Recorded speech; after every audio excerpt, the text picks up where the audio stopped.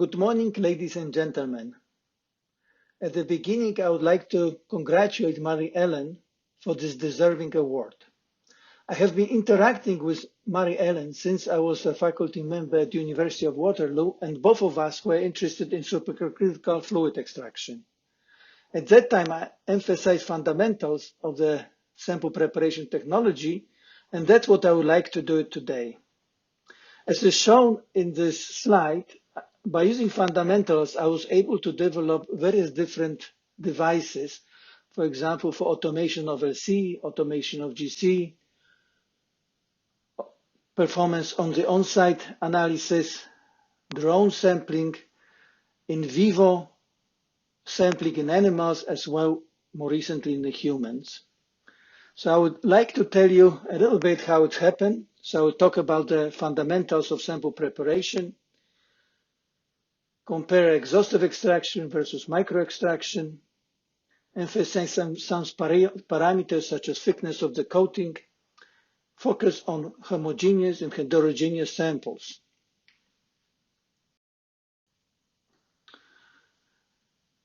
In most of the cases when persons perform sample preparations, they use their guts, basically art, approach similar to art, using appropriate solvents to exhaustively remove the analyte from the sample. What I try to do is to introduce the scientific approach to sample preparation. So this was, for example, very nicely summarized in this recent paper in Pure and Applied Chemistry, and more older paper in Oncochemistry, perspective paper on sample preparation I put together. So by using science, I was able to design very interesting experiments for students, my coworkers. As well, I was able to obtain more interesting information about the investigated system rather than just quantity of analytes. So whenever you design new devices, you also need to be very much aware that those devices should look in the future. So they should be green, but not only green, because as the oncochemistry indicates, green is part of the name, but also oncochemistry. So oncochemistry needs to be functional. It's a practical science. So when you combine both, you have a very powerful technique. And this was emphasized in this paper in Track. I also introduced recently Green Chemistry Journal. So I encourage you to contribute to it. And in addition to traditional research article reviews, short communication letters, and perspective, they are protocols. So I'm interested to have a deposit of green protocols for sample preparation and general oncochemistry to be used by potential users, for example, from industry who are looking for appropriate protocols. So I am strongly recommend and encourage you to contribute to this part of the journal. So I will start from the very basic principle, thermodynamics of extraction, which is described by the distribution constant, which is ratio of activities, which is approximately by ratio of concentrations. So here we want to use the extraction phase, which has high affinity toward the analytes, so it can pull the analytes towards the extraction phase. Less known is the kinetics of extraction. So again, this has been summarized quite nicely in both papers, but particularly more recently in this Pure Applied Chemistry paper, where I divided the extraction techniques into 3 different types. And today I'll be talking about the batch extraction techniques. So example of batch extraction techniques is liquid extraction. Yes, so we are using it widely in water sample analysis, and this process, as you can see, involves very tedious procedure and also evaporation of from 40 milliliters to 1 milliliter. So it uses copious organic solvents and then also evaporation process, which can contribute to the pollution. So, and then you inject 1 microliter from that to the Ancan instrument. What I am proposing is to use the microextraction technique rather than exhaustive technique. So we are not, it's a non-exhaustive approach, but it's based on equilibrium, using 1 microliter volume of the extraction phase. And by completing this extraction to equilibrium, we are placing the fiber, in this case, or device, in the Ancan instruments for analysis. As you can see, if you calculate through the process, you find that you introduce to Ancan instrument the same amount of the analytes in both methods. So why to go through the complex process what you can do it that much simpler? Why did it happen this way? Well, the reason for it is because of enrichment factor. Yeah? When you do exhaustive extraction, you are depleting substantially concentration of analytes in water. And since this is valid, the distribution constant is valid, so the concentration in solvent here, extraction solvent, is much less than it would be a concentration in 1 microliter of the SPME fiber volume. Because here you don't deplete at all, you actually did insignificant removal of analytes from the water sample. So enrichment here is much higher, resulting in same sensitivity of measurement. And of course, since it is fiber format, it could be easily incorporated as a part of the syringe, for example, perform automations or on-site analysis. You can reduce the kinetics, you can improve the kinetic of extraction by reducing dimension of the extraction phase. For example, if you apply the tip type of format, and if you are reducing the diameter of this tip below 20 micrometers, you can have a substantial increase in flux due to so-called radial diffusion. And this has been implemented practically automated way in a solid phase micro extraction probe electrospray ionization, SPME PESI. This approach, PESI, has been commercialized by Shimadzu. And as you can see here, you have a tip with the coating, which has about 1 nanoliter volume. So it's much smaller than the fiber, because coated fiber has 1 microliter, this is 1 nanoliter of the coating. And in the process of dipping, it picks up about femtoliter of the desorption solvent and electrospray solvents. So after you apply the voltage, you can spray the solvent containing analytes into the mass spectrometer.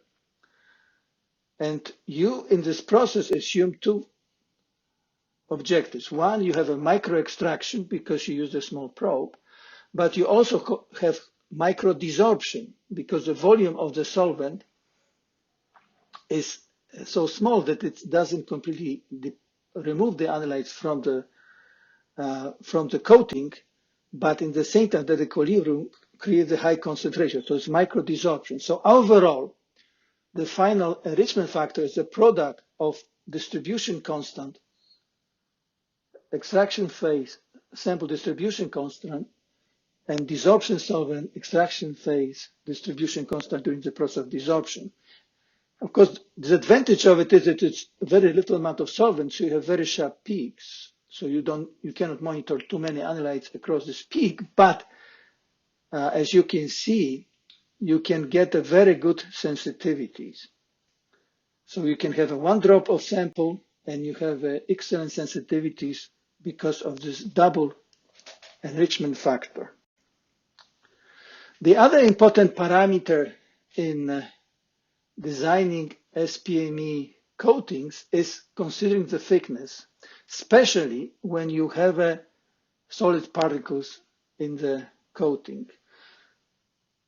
Because what's happening here is that when the analytes diffuse through the coating containing solid particles, they focus on those particles because there is a higher distribution, there is a distribution coefficient between the binder and the particle for the analytes.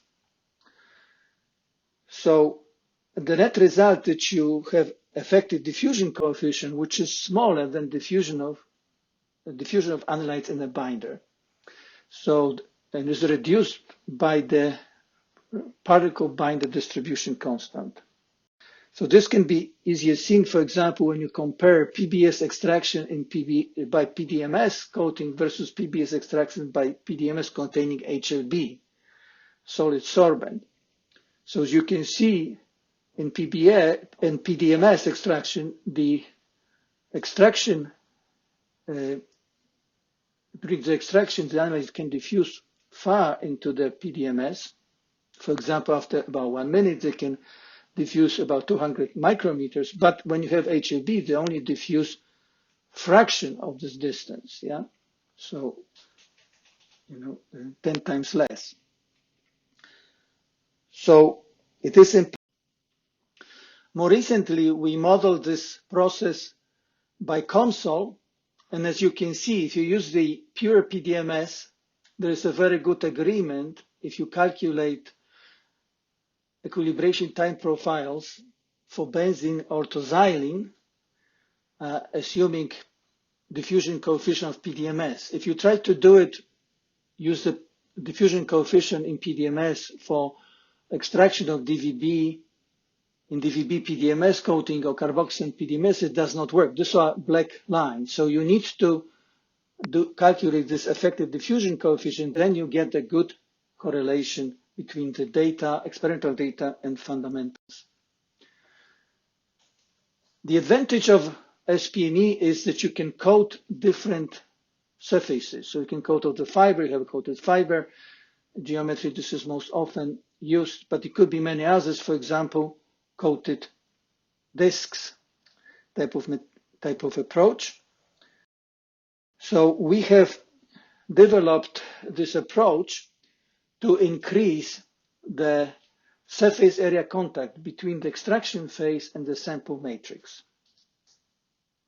So instead of using fibers, as you can see, it has a very small amount of extraction phase. We use the thin films to increase the volume of the extraction phase by 44 times. But in the same time, we didn't increase the thickness. We just increased the surface area by 48 times by using impregnated carbon mesh with the particles in a PDMS or just pure PDMS. And this works very well in combination with thermal desorption system, for example, Gerstel system, TDU system, or a system designed by Perkin-Elmer to operate on site. So on-site GCMS operated by this manual thermal desorption system. When you look at the data, what you find that indeed, when you compare a thin film equilibration time profile to the fiber, SPME fiber, you have the same equilibration times, but of course, much higher amount of extractions. When you compare thin film to twisters, which has much thicker extraction phase, you have a much longer equilibration time by the twister compared to thin film. So this is a big advantage of using a thin coatings, as I emphasized before. And if you want to increase the sensitivity, you want to increase the surface area of the devices. So one of the important applications we have developed and validated very carefully is for water analysis. So as you can see, typical water analysis, as I emphasized at the beginning, is collection 1 liter of water, adding the solvents, processing the samples, or you can also use the subset of water and do SPME extraction. The problem is that some of the hydrophobic analytes typically are lost on the surface of the bottle. So to prevent it, we actually incorporated in the cork the line which holds the thin film device. So as soon as you collect the sample, you places thin film in the water. So when the water is being transported to the laboratory, it performs the extraction. So it's basically, you prevent the position of the hydrophobic components on the glass surface. And look how it works. Well, so this is data obtained by Maxam Analytics. It is the commercial company in Canada which performs a lot of water analysis. We got a special grant to compare the EPA method 8270 compared to our thin film microextraction and bottle approach. And as you can see, there is a tremendous improvement in sensitivity. This is part per trillion, and this is also part per trillion detection limits of quantification. So it is basically very powerful technique and validated. Now, when you are designing small extraction devices, you are not limited, of course, to microextraction. You can have exhaustive approach, for example, by filling up the whole needle. So we designed this needle trap device, which some of you may be already seen. And basically the idea here is to use the syringe or pump to draw the sample through the needle containing the sorbent.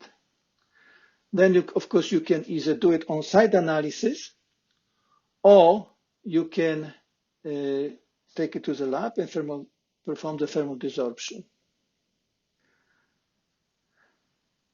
So here we use the special opening in the needle to allow the gas enter, and thermally, when you heat up this sorbent, you thermally desorb and then transfer it to the column. Now, there's also another difference. It's not only that this exhaustive extraction and microextraction, but in this process, we also capture the particles. Why in SPME we don't? Because the particles don't reach the surface as the particles diffusion coefficient is slow. Therefore, they do not reach the surface of the fiber. So basically, in SPME, the calibration is as is shown in here. The amount of analytes extracted is the distribution constant, volume of the extraction phase, and the concentration. So this is the device constant, SPME device constant. Or in needle trap, of course, is volume by the concentrations, as long as there's no breakthrough. So we need to avoid breakthrough. So more recently, we modify needle trap incorporating the filter to make sure that all the particles are trapped, because before we were relying on the sorbent bed to trap the particles, which were not a perfect approach. And this has been very recently published in Oncochemistry. So when we compare, for example, this needle trap to the thin film microextraction I just described to you, you can study, for example, free and total of analytes present in a particular system. For example, more recently, of course, we are very much concerned about the masks. So you can monitor, for example, the components emitted by the mask. So if you have a 3-year mask, all the droplets are stopped. Basically, the breath condensates are not penetrating this mask. If you have a sealed mask, you have some of the components passing through. And if you are not using mask, of course, you have a large number of particles emitted from your mouth. So this kind of very interesting validation of our approach, where you can measure free and total of analytes present in a sample.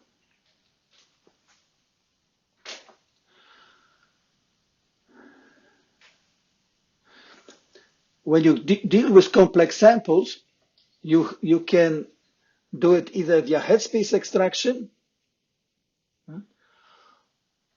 and that's, of course, you are limited to the compounds which has a high Henry constant, or you can do extraction directly from the matrix. And in that case, you can monitor all the compounds. You can potentially extract all the compounds. So when you do direct extraction, you have this free-phase equilibrium. The only issue here is that when you're doing direct extraction, to make sure that the surface of the coating is designed in such a way that it does not interacts with the matrix.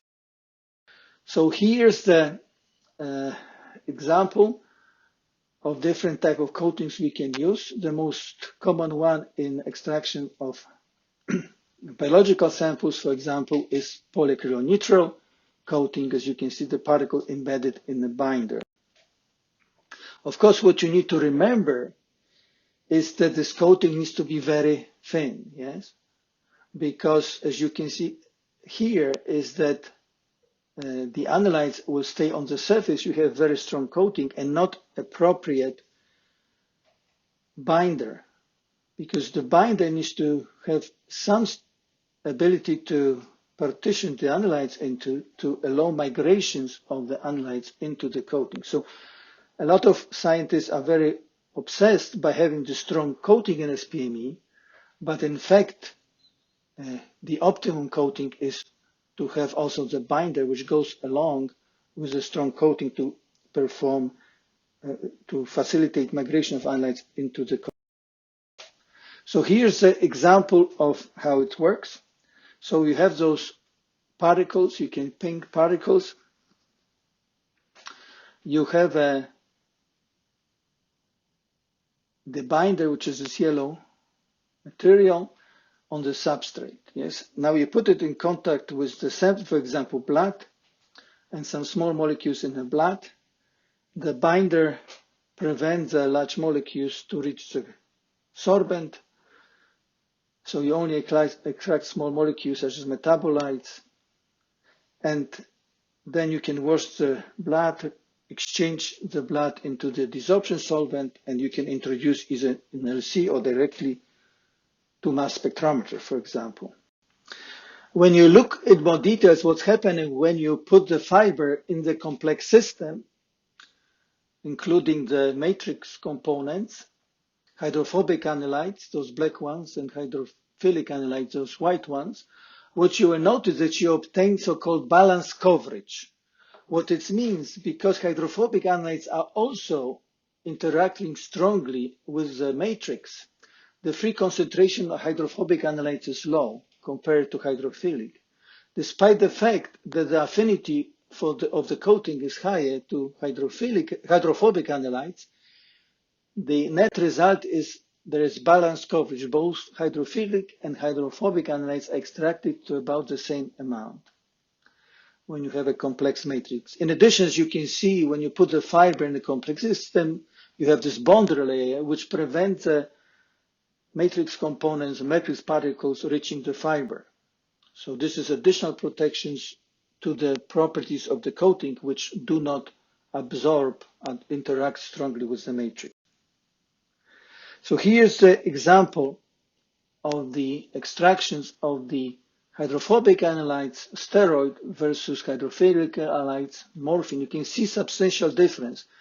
In PBS extraction of PBS, you have almost exhaustive removal of steroid from the sample, but as long as you introduce the plasma, you extract much less. In the morphine case, which do not interact strongly with the matrix because it's polar, you extract slightly less, but not much more. This is due to this fact that you have multi-phase equilibrium in the system between the fiber coating, free concentration of analytes, and the concentration of analytes bound into. We have applied it very successfully to automated analysis using the system from Professional Analytical System, PS Technologies from Germany. So we can see you can have 96 probe extraction in the same time from 96 well, first conditioning, then extraction, then wash and desorption, and then injection to chemical instruments. And this has been optimized for extraction of meat for veterinary drugs, over 100 veterinary drugs. And if you compare the approach by SPME, compared to that to catchers and solvent extraction, you can see that in SPME, the matrix effects, for most of the analytes are within plus minus 20%, while for Kesher solvent extraction, they are huge for many. And the reasons for it is because in solvent extraction, you remove some lipids from the sample which interfere with chromatographic analysis. Now, you can, of course, that results in a good precision accuracy, as you can see, for both beef and chicken samples compared to Ketchers and solvent extraction. Because we had good results in LC, we decided to directly couple this approach to mass spectrometry, and so we designed the device called coated blade spray, or CBS. So first, the lower part of it we coated with pen, and then the very tip of it with a sorbent. And the reason for it is that at the process of extractions, we want to immerse fully the sorbent without having a contact between the metal surface and the sample. And this device is available from Restec, and it can be directly coupled to mass spectrometry using the appropriate interface. And again, we obtain very encouraging results. So as you can see, for most of the cases, the RSD and accuracies are within 25% RSD and plus minus 30% accuracy. Now, more recently, I published this paper in Talanta, and for some matrices, simpler matrices, like strawberries, for example, and looking at the pesticides in strawberries, we were able to get no matrix effect, no detectable matrix effect. In the meat, we did some matrix effect, but not very substantial. Now, the long-term objective is to use this coated blade spray approach on site. So you can perform extraction here. After rinsing, you can ship it to the laboratory for analysis. You can use, for example, drone communications if you are located in a remote location. It doesn't need to be blood. It could be any type of sample, water or soil and so on. And the last thing I want to mention is that, of course, we are not limited to mass spectrometry. Yeah? We could use, for example, fluorometer, as I recently published that in the chemistry.